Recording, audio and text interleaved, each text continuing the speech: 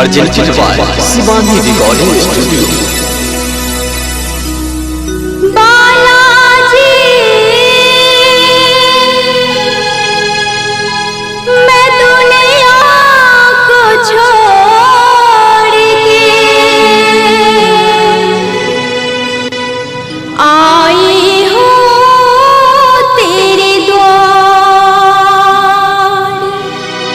अपने सब सुन रही छी बजरंग बली की आराधना राधा रानी की आवाज में। बालाजी मैं दुनिया छोड़ के आई तेरे द्वार, सुन ले मेरी पुकार, हे दुख भंजन कहलाने वाले शिव शंकर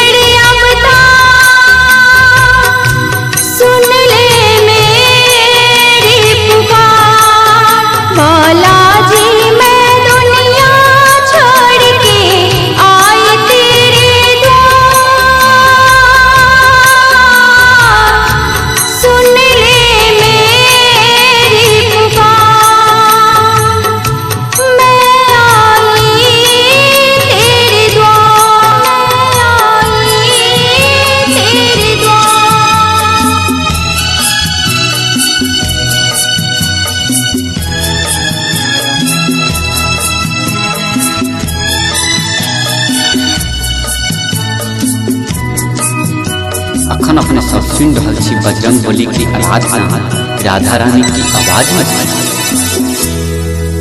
जब राम के तुमने सब काज संवारी है, बजरंग बली हम तो तेरे ही सहारे हैं, हे दुख भंजन कहलाने वाले शिव शंकर